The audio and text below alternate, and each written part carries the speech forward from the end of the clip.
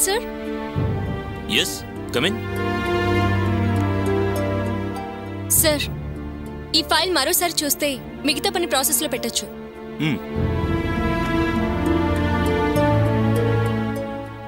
దర్శిని, ఆ జేజే work project complete అయిందా?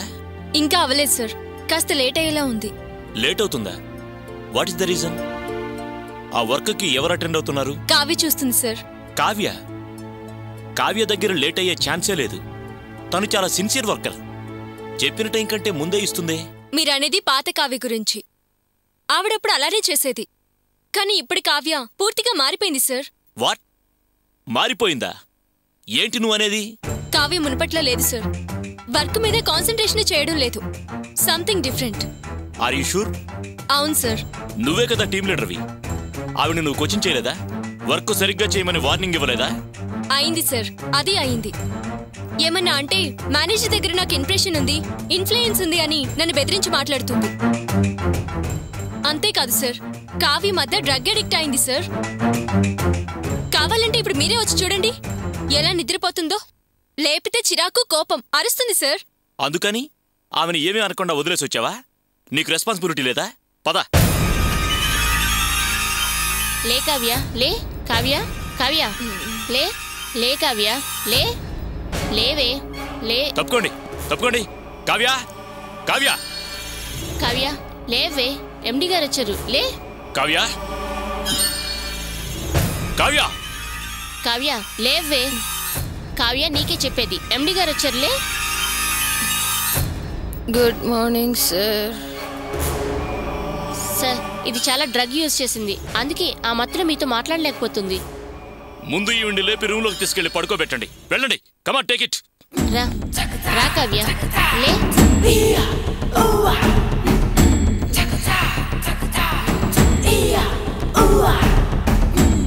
ఏంటి చూస్తున్నారు? All of you go to your work.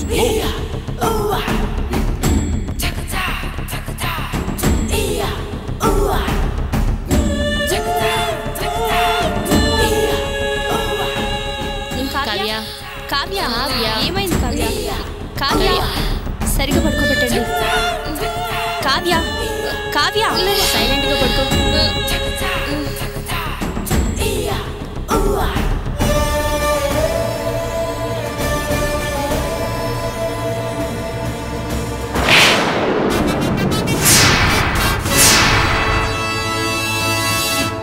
రే, ఈ ఘనకార్యం మత్తులో ఉండి చేశావా, మామూలుగా చేశావురా? గోపితో చెప్పడానికి నాకు మనసు రాక వాడికి అర్థమయ్యేటట్లు చెప్పరా నేను నీతో చెబితే నువ్వు చేసింది ఏమిటిరా? పిల్లాటలాడుతున్నావా? ఇది జీవితాలకు సంబంధించిన విషయం. వాడి దగ్గర నిజం దాచి ఏం సాధిద్దామనుకుంటున్నావురా? అసలు నీ మనసులో ఏముందో చెప్పరా, చెప్పు. ఏ పని చేసినా వయసుకు తగ్గట్టు చేయాలి. ఏమాత్రం ఆలోచన ఉందిరా? అసలు నీకు బుద్ధి ఉందా? ఇదేం తమాషా అనుకున్నావా నీ ఇష్టం వచ్చినట్టు చేయడానికి? అది కాదన్నయ్యా, మన రాణి అన్నదని. అదేరా నేననేది. ఇదేం పిల్లలాటలా అని. అది చిన్నపిల్ల, దానికేం తెలుసురా? అన్నయ్య మీద ప్రేమతో ఆవేశంతో ఏదో మాట అంటే పెద్దవాడివి, వాణ్ణి కన్న తండ్రివి, నువ్వు అది చెప్పినట్టు చేయటమేనా? గోపి ఈరోజు ఆశగా ఆనందంగా వచ్చి నేను అర్చన వేరే కాపురం పెట్టబోతున్నామంటే ఎంతో సంతోషపడ్డాను. కానీ ఇప్పుడు భయంగా ఉందే. మరో 4 రోజుల్లో భార్యతో కలిసి కొత్త కాపురం పెట్టబోయే సమయంలో ఈ నిజం తెలిస్తే? ఏం పెదనాన్న, మీరు అబద్ధమాడారా అంటే నా ముఖం ఎక్కడ పెట్టుకోవాలిరా? అల్లుడు వేరే కాపురానికి ఒప్పుకున్నాడు, ఒప్పుకొని మళ్ళీ మాట మార్చాడు అని వాళ్ళంటే వాళ్ళకే సమాధానం చెప్పాలిరా? వియాలవారన్నట్టు ఒకదాని తర్వాత ఒకటి ఏదో ఒకటి జరుగుతూనే ఉన్నాయి. మనమే తప్పున పడుతున్నాం. అబద్ధాలతో మొదలైన పెళ్లి అబద్ధాల మీద అబద్ధాలతో అంతా అబద్ధంగానే మిగిలిపోతోందిరా. అందుకే బావగారు, గోపి దగ్గర ఏం దాచొద్దయ్యా, నిజం చెప్పేద్దామయ్యా నేనంటే నా మీద చేయి చేసుకుని బెదిరించి నిజం చెప్పొద్దని ప్రమాణం కూడా చేయించుకున్నాడు. నోరమయ్యవే, సుయ్యి అనగానే గారి కోసం ఎగబడతావు. ఇది మా అన్నదమ్ములకు సంబంధించిన విషయం. ఆయన నన్ను తిడతాడు, కొడతాడు, చంపుతాడు. మధ్యలో నీకెందుకు? అనవసరంగా నువ్వు మధ్యలో దూరకు. చూసారా చూసారా, ఇదండి వరస. మీ ముందు ఎలా మాట్లాడుతున్నాడో వినండి. మీరు లేనప్పుడు ఎలా బెదిరించుంటాడో ఒక్కసారి ఆలోచించండి. గోపికి ఈ విషయం చెప్పేద్దామని ఎంత మొత్తుకున్నా గంజిలో ఈగలు తీసిపారేశాడు. నా మాట వినిపించుకోలేదు, పైగా బెదిరించాడు కూడా. చూడరా, ఎప్పుడూ ఆవేశపడే నీ భార్య ఈ విషయంలో ఎంత ఆలోచించి మాట్లాడుతుందో చూడు. వాళ్ళకి తెలివిలేదు, వీళ్లకు తెలివిలేదు అంటావే, నీ తెలివంతా ఏమై చచ్చిందిరా? అసలు ఆ దేవుడు నీకు తెలివితేటలు పెట్టడం మర్చిపోయాడురా. ఇప్పుడేం చేద్దామో చెప్పు. అన్నయ్య, ఆ దేవుడు నాకు తెలివిచ్చాడో లేదో తెలియదు కానీ ప్రేమ మాత్రం ఇచ్చాడన్నయ్య. ఆ ప్రేమ వల్లే గోపికి ఆ విషయం చెప్పలేకపోయాను అన్నయ్య. నా గోపి అన్నీ కష్టాలే అనుభవించాడు. వాడేనాడు సుఖపడలేదు, సంతోషాలు అనుభవించలేదు. అన్నయ్య, అర్చన గురించి ఎవరన్నా మాట్లాడుతుంటే అర్చన్ని వాడు చూసేటప్పుడు వాడి కళ్ళల్లో ఆనందాన్ని నేను చూశానన్నయ్య. అందుకే వాణ్ణి వాడి భార్యని ఒకటి చేయాలన్నదే నా తపన. ఆ ప్రేమ నన్ను నిజం చెప్పనివ్వలేదన్నయ్య. నిన్ను ఎదిరించి మాట్లాడుతున్నానని ఏమీ అనుకో, కానీ గోపికి నిజం చెప్పకపోవడం తప్పే కాదన్నా. కానీ అది వాడి మంచి కోసమే అన్న తృప్తి నాకుందన్నయ్య. నీ తృప్తి సరే, ఈ విషయం గోపికి తెలిస్తే వాడి పరిస్థితి ఏంటి? వాడు కోపంలో ఏం చేస్తాడు అని భయంగా ఉందిరా. ప్రస్తుతం తెలియనీయకుండా చూద్దామన్నయ్య. ఏంట్రా నువ్వనేది? తెలియనీయకుండా ఎలా చూస్తాం? పెళ్ళప్పుడు కూడా ఇలాగే అనుకున్నాం. అందుకే కదా పెళ్ళైపోయింది. పెళ్ళయింది, సంసారం ఆగిపోయింది. ఇప్పుడు సంసారం మొదలు పెడదామనుకుంటున్నారు, మళ్ళీ అబద్ధం. ఇదెటు దారి తీస్తుందో. అప్పుడాడిన అబద్ధానికే వియ్యపురాలు మన మొహాన ఉమ్మేసింది. మళ్ళీ మళ్ళీ ఉమ్మేయించుకోవాలా? అది ఒక జన్మేనా? ఆ ఒక్క అబద్ధం వల్ల ఇప్పటికీ వాళ్ళు ఒకటి కాలేకపోయారు. ఆ పాపమే వేరు చేసిందేమో. ఇంకా ఇంకా పాపం మూటగట్టుకోమంటావా? మాట్లాడమేరా, మాట్లాడు. అన్నయ్య, నువ్వు తప్పుగా అనుకోనంటే నేను ఒక మాట చెప్తాను. ముళ్ళును ముళ్ళుతోనే తీయాలన్నట్టు అబద్ధం అబద్ధంతోనే సర్దుకుంటుంది అనుకుంటాను. అయినా వాడి జాతకం అలా రాసుంటే మనం ఏం చేయగలం? అన్నయ్య, గోపికి అసలు విషయం తెలిస్తే వాడు ఒప్పుకోక ఒప్పుకోడు.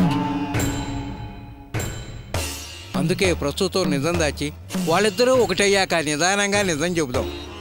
మెల్లిగా గోపి ఒప్పుకునేటట్టు చేద్దాం. నేను చేసింది తప్పో ఒప్పో అన్నది ముఖ్యం కాదు. గోపికి ఏది మంచిదో అది చేయటం ముఖ్యం. ఏమంటావన్నయ్య? అంతకంటే వేరే దారి లేదు. దయచేసి ఈ విషయం గోపికి చెప్పొద్దన్నయ్య. తప్పు చేసే వాళ్ళంతా ప్రేమతోనే తప్పు చేస్తారు. నువ్వు ఆ ప్రేమతోనే ఇలా చేశావు. అయినా ఆ విషయం నాతో చెప్పాలని నీకు అనిపించలేదురా? పొగరా లేక అత్తెలివే? నా దగ్గర దాచావు, గోపి దగ్గర దాచావు. పైగా వియ్యాల వారింటికెళ్ళి అంతా ఓకే అని చెప్పేసి వచ్చావు. ఎందుకురా ఇలా చేశావు? కరెక్ట్ అన్నయ్య, మీరు చెప్పిందే కరెక్ట్. కానీ మీరు ఖచ్చితమైన మనిషి, ఖచ్చితంగా చెప్పి తీరాల్సిందేరా అంటారు. మీరు నీతి నిజాయితీకి మారుపేరు అన్నయ్య. అందుకే చెప్పలేదు. మీరు మీ పద్ధతి మార్చుకోలేరు. మార్చి చెప్పడం మీ వల్ల కాదు. అలా చెప్పకపోతే వాళ్ళు ఒకటి కారు. అందుకే తర్వాత చెబుదామని వదిలేశాను అన్నయ్య. మీరు ఇప్పుడు ఈ నిజం చెప్పినా వాడి సంతోషం కోసం ఈ విషయం చెప్పరని నా నమ్మకం అన్నయ్య. నాకంటే మీకు గోపి మీదే ఎక్కువ ప్రేమ. ఇప్పుడు కూడా మీరు గోపికి ఆ విషయం చెప్పలేకపోతున్నారంటే గోపి మీద ప్రేమ ఉన్నట్టే కదన్నయ్య. మీకు మనసులో గోపి అర్చన ఒకటిగా ఉండాలని కోరిక. అందుకే అన్నయ్య మీరు దాస్తున్నారు.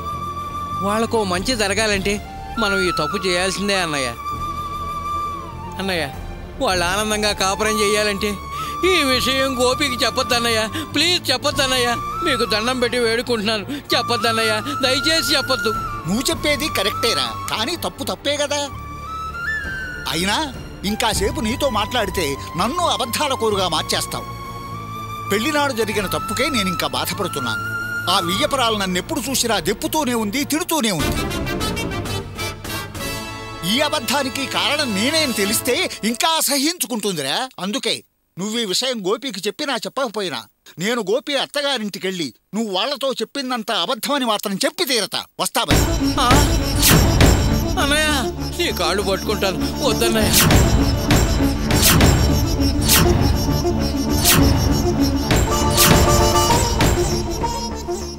అన్నయ్య, కాస్త ఆగన్నయ్య. దయచేసి వాళ్ళ దగ్గరికి వెళ్ళి ఈ నిజం చెప్పొద్దన్నయ్య. ఏంట్రా ఇది కాళ్ళు పట్టుకుంటావు? లే అన్నయ్య, ఆగండి అన్నయ్య, ఈ విషయం వాళ్ళకి చెప్పొద్దన్నయ్య, ప్లీజ్ చెప్పొద్దన్నయ్య. రే నా మాట విని లేరా? లేవనన్నయ్య, నేను వెళ్ళనివ్వను. వాళ్ళకి నిజం చెప్పననేదాకా నేను లేవనన్నయ్య. లేరా అంటే లేవవేరా? చెప్పేది నీకు కదూ, లే. నేను లేవనన్నయ్య, నువ్వు నాకు మాట ఇచ్చేదాకా నేను లేవనంటే లేవను, అంతే అన్నయ్య. సరే లేరా, ఎందుకురా కాళ్ళకిలా బంధాలేసి ఆపుతావు? ఛ, అంతా నా కర్మ. మంచిగా ఉండటం కూడా కష్టమైపోయిందిరా ఈ లోకంలో. అన్నయ్య థ్యాంక్స్ అన్నయ్య.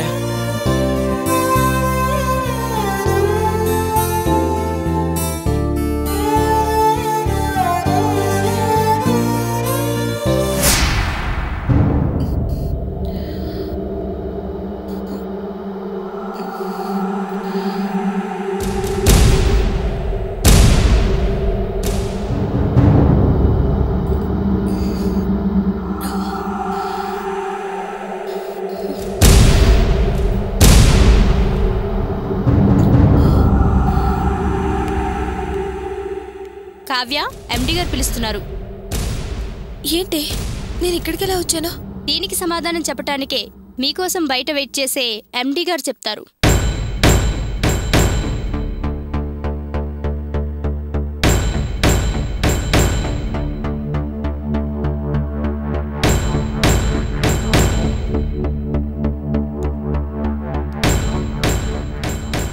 రా కావ్య రా. బాగా రెస్ట్ తీసుకున్నావా?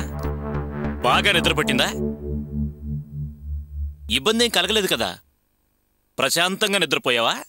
సారీ సార్, అసలు నాకేమైందో, నేను ఎందుకు వెళ్ళి పడుకుని నిద్రపోయానో అర్థం కావడం లేదు సార్.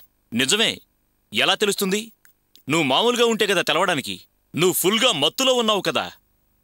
ఏంటి సార్ మీరు అనేది? నేను మత్తులో ఉండడం ఏంటి? ఎందుకు నా మీద ఇలాంటి నిందలు వేయాలని చూస్తున్నారు? ఇంకా నటించి బుకాయించుకో. నువ్వు డ్రగ్ అడిక్టివ్. నీ సంగతి ఆఫీస్ అంతా తెలుసు, నాకే ఆలస్యంగా తెలిసింది. ఏంటి సార్, నేను డ్రగ్స్ తీసుకుంటున్నానా? డ్రగ్ ఎడిక్ట్నా? ఎవరు సార్ మీతో చెప్పింది? అసలు అదేంటో కూడా నాకు తెలియదు సార్. ఎవరో మీకు అబద్ధం చెప్పారు. ఎవరో చెప్పడం ఏంటి? నేను కళ్ళారా చూశాను. ఆఫీసు మొత్తం నీ విశ్వరూపం చూసింది. నో సార్, ఎక్కడ ఏదో పొరపాటు జరిగింది. ప్లీజ్ సార్, నన్ను అర్థం చేసుకోండి.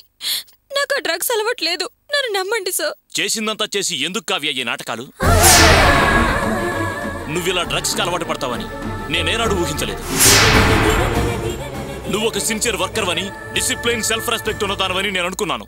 నువ్వొక బ్రిలియంట్ వని ఇంతసేపు నేను నీతో మాట్లాడుతున్నాను. లేకపోతే నేను ఎప్పుడో బయటికి పంపించుండేవాణ్ణి.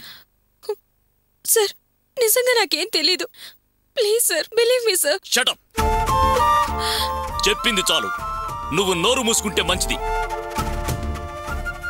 నీ పర్సనల్ అఫైర్స్, నీ అలవాట్లు, డ్రగ్స్, డ్రింక్స్ లాంటివన్నీ ఆఫీసు బయట పెట్టుకో, అంతేకాని ఇక్కడ కాదు.